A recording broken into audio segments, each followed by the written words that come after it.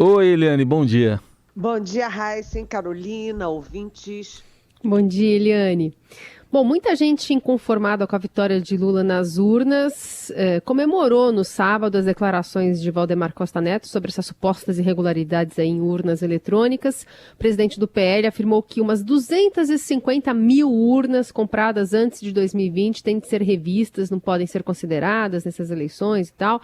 E ele declarou que o partido iria apresentar uma nova proposta ao TSE até hoje, terça-feira, baseada em um estudo que eles fizeram, enfim, com poucas informações.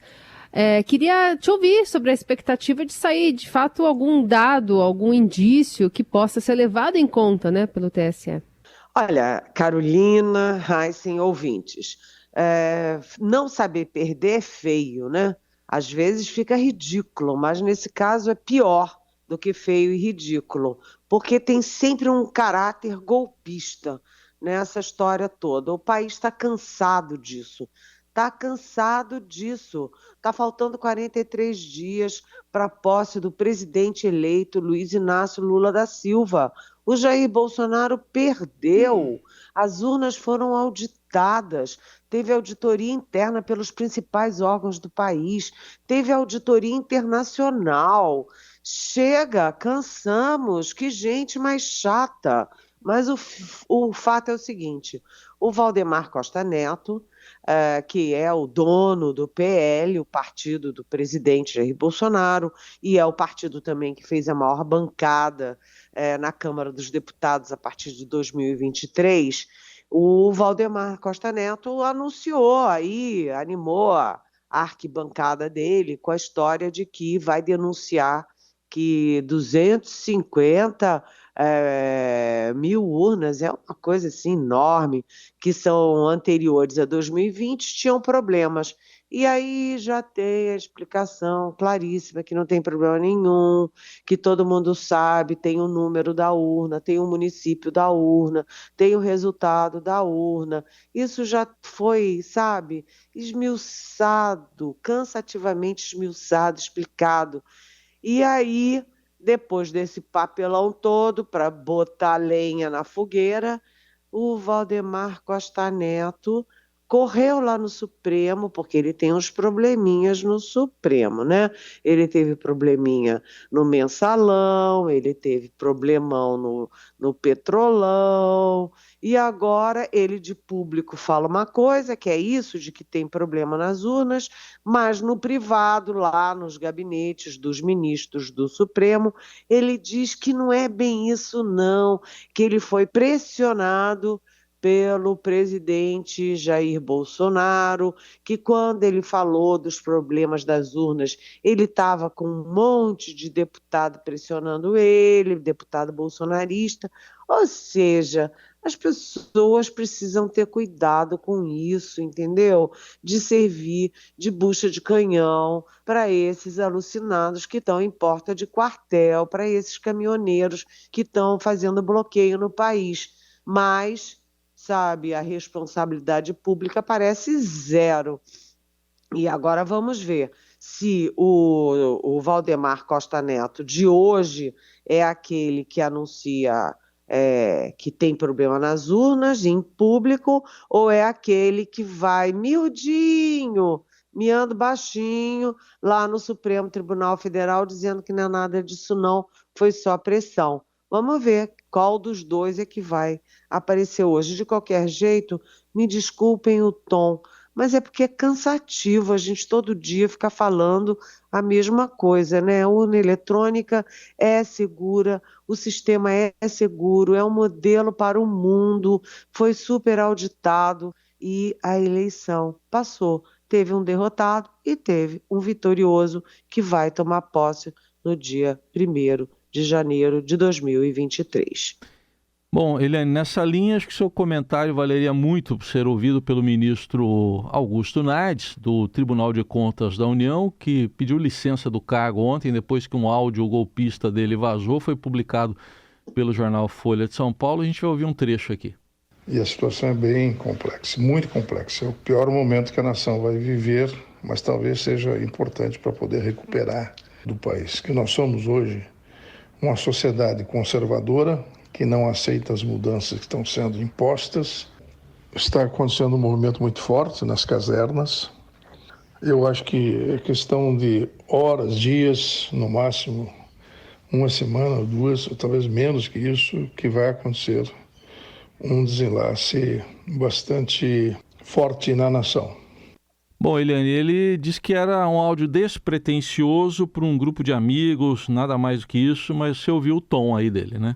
Pois é a mesma história do Valdemar. Você fez uma boa relação, porque é o seguinte: o ministro do TCU, Augusto Nardes, que é do sul do país, o sul é mais fortemente bolsonarista, ele vai distribuir para os amigos um vídeo com essa gravidade. Olha, as casernas estão de prontidão. E aí vai ter um desenlace que nunca se viu no país daqui até no máximo 1, 2 semanas. Gente, que coisa maluca, que coisa doida, sem pé nem cabeça. Aí depois ele diz: ah, não, foi mal compreendido, não é bem isso. Dessa vez, ao menos, ele não fez o tradicional, que é botar a culpa na imprensa, porque eles sempre que fazem essas monstruosidades, depois dizem: ah, a culpa é da imprensa. Pelo menos ele não teve como dizer isso dessa vez. E agora ele sai de licença. Ele sai de licença, mas licença do quê? Licença médica? Ele está com alguma doença? Ele tem algum diagnóstico? Tem aí, sei lá, um relatório de um médico, alguma coisa? Não. Ele simplesmente sai de licença. Ou seja, as pessoas estão brincando com fogo, estão jogando querosene na fogueira, sabe? A troco de nada, porque a única coisa que vai torrar é a biografia dessas pessoas para a história, né? Um ministro do Tribunal de Contas da União fazer um papelão desses, né? Lá no Supremo teve ministro até com palavrão contra esse tipo de coisa. Lá no TCU, uma perplexidade, sabe? Então as pessoas falam essas coisas, tentam remediar, depois saem de licença e depois entram para a história de uma forma lamentável, jogam seu nome no lixo da história. Eliane Cantanhede segue conosco, de olho nessa movimentação ali no finalzinho do mandato do presidente Bolsonaro, agindo para nomear alguns aliados para cargos estratégicos do próprio ou do próximo governo, porque parte deles vai poder estar pertinho ali investigando a conduta do primeiro escalão durante o mandato de Lula e, Eliane, esses membros, eles têm um mandato aí de 3 anos e só podem ser substituídos em caso de renúncia, então não vai ficar a cargo do presidente eleito mudar esses nomes. Pois foi uma reportagem do nosso Felipe Frazão, que nós aqui da Rádio Eldorado conhecemos bem, meu amigo, meu colega, super competente, que dá uns furos de reportagem muito importantes. E aí o Felipe Frazão nos conta, né, que o Bolsonaro, há 44 dias, nomeou, por exemplo, o Célio Faria Júnior, que é ministro, chefe da Secretaria de Governo da Presidência, e o João Henrique Nascimento de Freitas, chefe da Assessoria Especial do Bolsonaro para o Conselho de Ética da Presidência da República. Eles têm mandato de 3 anos e, portanto, durante 3 anos vão poder ficar fiscalizando, acusando, perseguindo, fazendo o que bem entender em relação à equipe do presidente eleito Luiz Inácio Lula da Silva. Quer dizer, uma pessoa de bom senso deixaria para o próximo governo fazer essas indicações, não Jair Bolsonaro, que escolheu pessoas muito próximas. Ele também escolheu pessoas, diplomatas, para os consulados do Brasil em Londres, lá no Reino Unido, e em Orlando, nos Estados Unidos, com o detalhe de que a escolhida para o consulado de Orlando é uma diplomata que serve diretamente a Michele Bolsonaro, mulher do Bolsonaro. E o Bolsonaro também nomeou está lá publicado no Diário Oficial, diretores e ouvidores das agências reguladoras, né? Se lembra que tem as agências reguladoras da água, da privatização, etc., de vários órgãos das comunicações, da aviação civil, etc., etc., e o Bolsonaro simplesmente saiu nomeando diretores e ouvidores para essas agências. E isso é uma forma de o Bolsonaro, primeiro, acomodar os amigos, né? Não deixar ninguém no sereno e dar um carguinho, camarada, para os amigos. E segundo, para ele ter uma rede de controle do próximo governo. Bonito não é, né, gente? Bonito não é, certamente. Eliane, falando também da PEC do Bolsa Família, essa aí da transição de governo, tem muito cálculo que a gente está vendo aí. Agora surgiu também uma proposta do senador tucano Tasso Gereissati. O tempo está passando e Arthur Lira, o presidente da Câmara, lembrou isso. Ele disse que o prazo é curto, mas não deixou de falar das emendas de relator, né? Aquele orçamento secreto do qual ele não abre mão. Pois é, você sabe, Heisen, que tem tanta coisa, tanta gente discutindo, tanto cálculo sendo feito, tanta proposta sendo apresentada, que eu não consigo mais acompanhar tudo. É muita coisa para minha pobre cabeça, porque toda hora aparece um cálculo. Não, olha, são 180 bilhões. Não, agora são 75 bilhões. Aí agora não é mais nenhum nem outro, é uma outra cifra. E eu acho que você pegou os pontos principais.